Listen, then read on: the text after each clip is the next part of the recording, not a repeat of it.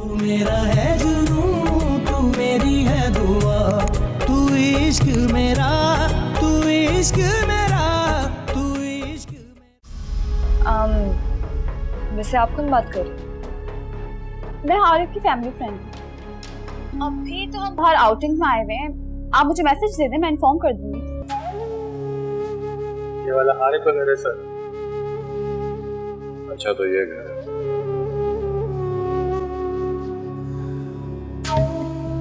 ठीक है। ईमान, ईमान क्या हुआ? ईमान, ईमान, ईमान क्या हुआ? ईमान, ईमान, I cannot take any risk. Haris, चलो प्लीज। आप दोनों को बहुत मुबारक हो। You are expecting. Thank you so much doctor. अब मेरी पूरी कोशिश होगी कि तुम्हें अपना सारा वक्त दूं और तुम्हें कभी भी अकेला मत छोड़ूं।